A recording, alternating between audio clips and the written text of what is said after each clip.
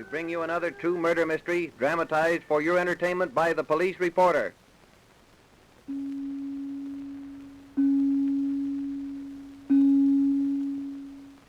On July 1st, 1927, we find Mrs. Ada Liboff consulting Dr. Thomas E. Dreyer. The consultation, however, is not of a professional nature. The scene is the doctor's office in Morgan City, Louisiana. But, Tommy, we've got to take some action about my husband. I can't stand him any longer. Why don't you get a divorce? Oh, you know he won't agree to that. He's still crazy about me. Maybe if you told him that we're in love with each other, he might give you up. No, not him. He'd never give me up if he could prevent it. Well, I don't see what we can do except go on the way we are. Well, I won't do, Tommy. Can't you see the position it puts me in? Well, what else is there to do? We can get rid of him. Are you starting on that again? Oh, I'm just as sick of talking about it as you are listening. Then why say anything? Because Jimmy's getting suspicious. Suspicious? He's been throwing hints at me for the past 2 weeks. Has he said anything definite? How can he? He doesn't know anything. Well, I've thought the whole thing over, Ada, and I don't see what I can do. You're a doctor, aren't you? You could give me something to put in his food, couldn't you? You mean poison? It's as simple as anything I can think of. It's no good, Ada. Poisoning a man isn't as easy as most people think. You're a doctor and should know something about such things. Something that would make it look as if he died a natural death. Listen, Ada, I do know something about poison, and that's why I'm against it. It's almost impossible to do it successfully. Well, we've got to do something. I'm not going on like this. I can't stand him any longer. I can't. We've got to be patient, Ada. Oh, I've been patient long enough. You promise and promise to never do anything. Oh, what can I do? Oh, I don't know. But sometimes I don't think you want to do anything. You're getting tired of me. That's what it is. You're trying to get rid of me. How can you say that, Ada? Oh, I don't hear you denying it. Oh, it's just too silly. Now, don't work yourself into a temper, darling. Don't touch me. Please, Ada. Oh, I've come here this afternoon for a showdown. I won't live like this any longer. You've got to help me get rid of my husband. But how? What's the matter with the lake? You mean drown him? As good a way as any. Oh, it's a silly way. Well, then shoot him. And after we've shot him, then what? We can't leave him lying around, you know. We can bury him or tie some rocks to him and sink him in the lake, can't we? And after we've done that, how do we account for his absence? Well, you know he goes off and stays for weeks at a time. We could say I had a fight with him and that he went away and then never came back. It might be done. It can be done. Successfully, too. We use our heads. What's your idea? I just told you. But we must have some definite plan. Well, how does this one sound? I'll get him to take me out on the lake at night. While we're rowing around, we'll see another boat. And I'll ask him to take me over to it. Then when we get close, why, we discover that you're in the other boat. You wait your chance and shoot him. The rest should be easy. How will you find me at the lake at night? About every 5 minutes, shoot your gun as if you were hunting alligators. And then I'll know just where you are. It sounds as though it might be successful. If you had the courage of a rabbit, we could make it successful. You're afraid of your own shadow. That's what's the trouble with you. After all, it's murder, Ada. Oh, he'd be better off dead. He's no good to anyone, not even himself. Remember, he's the only thing that stands between us and happiness. I am remembering, Ada, and that's why I'm considering it. You mean you'll do it? Let me think it over. Oh, think. That's all I've heard. You've thought it over getting rid of him for months and haven't done a thing. From now on, I'm doing the thinking. Either you'll do it or you won't. But, Ada... Make up your mind now. I'll do it. When? Whenever you say. Then I say tonight. So soon? Why not? The sooner, the better. I suppose you're right. Tonight, then. Yes, tonight. And tomorrow, I'll be free. Does that make you a happy Ada? Happier than anything has made me since I met you. Ada, darling. Tommy.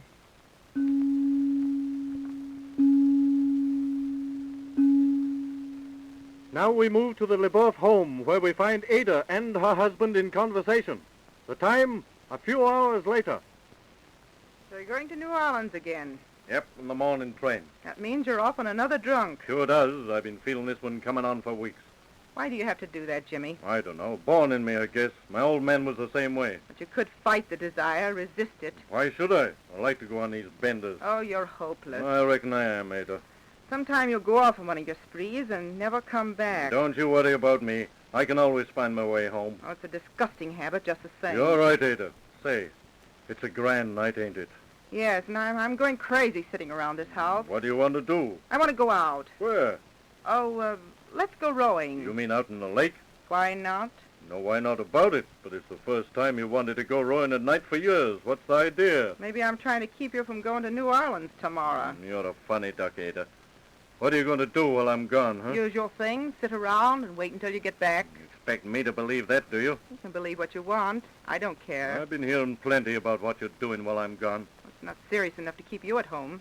What's all this I hear about you and Doc Dreyer, huh? Morgan City's a small town, Jimmy, and people will gossip. I don't like that kind of gossip, and it's got to stop. If I thought it was more than just talk, there'd be plenty trouble. What am I supposed to do?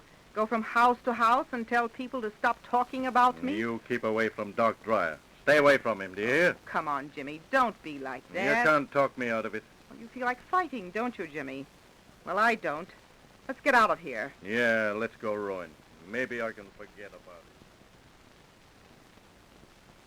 it. Say, how long we going to row around on this old lake? I'm working up a sweat. That'll do you good. Somebody shooting down there. Must be after gators, huh? It's lovely being out here on the lake, isn't it? It was nice, but now the moon's going down. Be dark as pitch shortly. How'll we find our way home, huh? Oh, don't worry about it. But Ada, I don't want to spend the whole night on this lake. You won't, so keep quiet. Oh, it's awful hard to find your way around when there's no moon. Besides, I'm getting tired of rowing. When we get down to the east end, you can rest. For a long time. Yeah, I'll need rest. There they go shooting again. Are we going right? Yes, I saw the flash of the gun that time. I wonder if they've gotten any alligators. They won't thank us for spoiling their hunting. Oh, come on, don't be so lazy.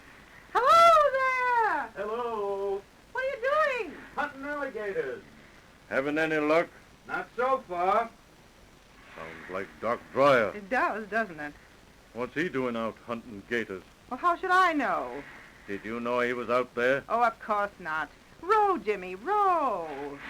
Seems to me you're more interested in that doctor than a married woman should be. Now, don't go off into one of your jealous fits, Jimmy. Well, I got good reason to be jealous. Well, that's what you think. I got eyes. I'm no fool. Right here. Hello, Doctor. Lovely night, isn't it? It doesn't seem so good for hunting alligators as it might be. I didn't know you were a hunter, Doc. Oh, I'm not much of a one, I'm afraid. I reckon you're good enough at hunting certain other things, though, eh? What do you mean? Women, for instance. You seem to have better luck there. What are you driving at, Liboff? If you two think I believe that this is an accidental meeting, you're crazy. Jimmy, please. You're seeing entirely too much of my wife, and I don't like it. You've been drinking, Liboff? I'm sober as a judge, and I mean what I say. From now on, you keep away from her. You've got me all wrong. No, I haven't. Now I've given you warning. If you don't take it, there'll be trouble. But I Oh, never... what's the use of beating around the bush, Tommy? You might as well know it now as any time. What are you talking about, Ada? Tommy and I are in love. Is that true, Doc? Yes. So that's the way the wind's blowing. I knew it all along. What are you going to do about it? We want you to give me a divorce. I won't do it. I won't give you up. You've made your bed and you lie in it. But I don't love you anymore. I want to be free. Well, I won't give you your freedom. Now what are you going to do? Oh, why can't you be reasonable, Jimmy? You can't keep Ada if she doesn't want to stay. Well, I'm not going to give her up to you, Dreyer. You can make up your mind to that. You'll give her up to me whether you want to or not. You think so, do you? Yes. You little undersized sawbones. I'll come over in that boat and break your neck. Let go of this boat. Not till we settle this. So you want a settlement, do you, Liboff? Well, here it is. Put down that gun. This'll settle it now and forever.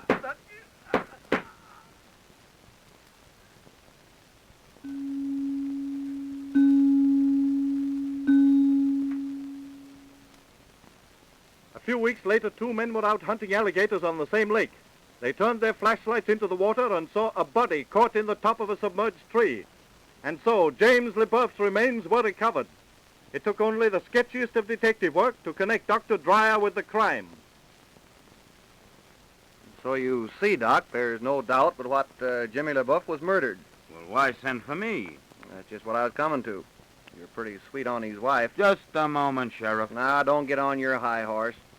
You were, and everybody in town knows it. Well, that still doesn't connect me up with it. Did you ever see these two iron weights before, Doc? I don't think I have. Well, your man Beetle tells me they've been laying around your yard for years. Oh, I guess I just never noticed them. You saw Jim's body, Doc.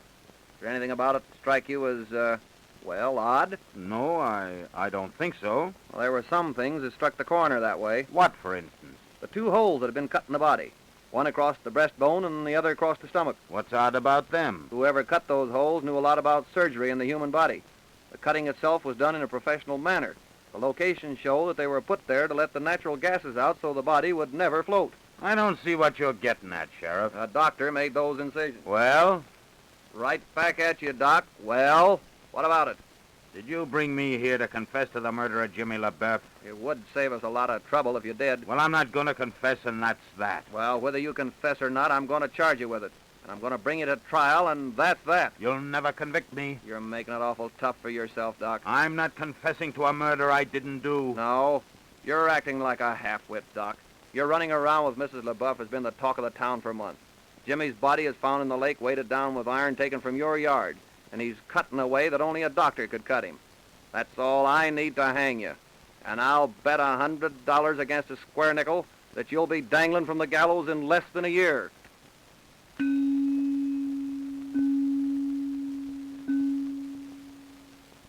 On February 1st, 1930, Ada Liboff and Dr. Thomas Dreyer were hanged in Franklin, Louisiana. The hangman said Mrs. Liboff died bewailing the fact that she had to go first, and the doctor stood on the trap hysterically telling the witnesses what a good man he had been. And so, a well-planned and intelligently executed murder was solved by a county sheriff.